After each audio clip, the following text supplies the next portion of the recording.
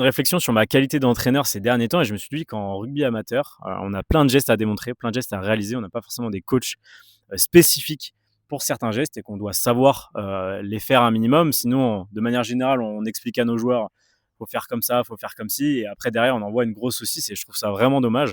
Donc je me suis dit que j'allais profiter du temps que j'ai en ce moment pour faire du lancer en touche. Donc je vais en faire une centaine aujourd'hui, une centaine demain. Voici la théorie. Donc pour le lancer en touche, il faut se grandir, sortir les pecs, pied largeur d'épaule, dos cambré, mouvement du bassin, gainer la ceinture abdominale, finir son geste bras tendu et main ouverte vers la cible.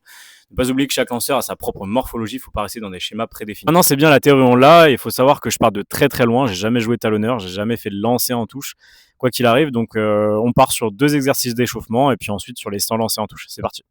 Après un petit déverrouillage des épaules, simplement un exercice pour faire le travail des poignets et bien finir son geste. Deuxième exercice avec une cible et un peu plus d'amplitude. Allez, go pour le premier lancer. Bon, est-ce que ça va être une saucisse ou pas? Omoplate serré, se grandir, sortir les pecs, pied largeur épaule. Finir le geste. Ouais, saucisse. Allez, feu 13e.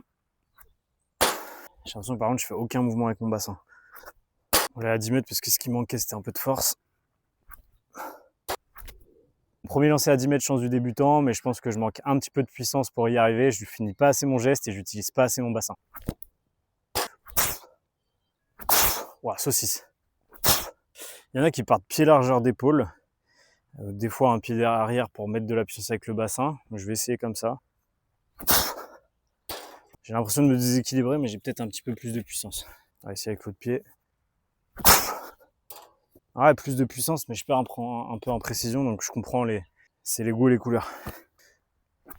Je vais pas pouvoir faire mes 100 lancers, j'en aurais fait 50, et si je devais retenir certaines choses, la première ce serait de rester concentré, de se remémorer, de se répéter les comportements attendus sur le moment présent. C'est là où j'ai le mieux réussi. Quand je me suis précipité à chaque fois, ça a été un peu désastreux. Deuxième point intéressant, se filmer, ça permet vraiment de voir sa technique, qu'est-ce qui va pas, et pouvoir se réguler au fur et à mesure. Donc si vous avez l'occasion de le faire, faites-le. Enfin, troisième point, 5 ans de lancer, ça suffit pas évidemment. Je pense que j'en suis encore vraiment qu'au début. On peut avoir aussi un peu de réussite, un peu de chance sur le moment. Ce qui peut être intéressant de faire, et je l'ai pas fait aujourd'hui, c'est travailler sous fatigue. Parce qu'en match, quand vous êtes à la 50e et que vous devez effectuer un lancer, évidemment, si vous l'avez jamais travaillé en étant complètement sous fatigue, ça peut poser problème. Bon, satisfait pour seulement 50 lancers et une première journée. Je pensais que j'allais envoyer plus de saucisses que ça. Maintenant, j'ai encore énormément de travail pour pouvoir bien le démontrer à mes jeunes. Donc, n'hésitez pas à me dire dans les commentaires ce que moi je peux corriger.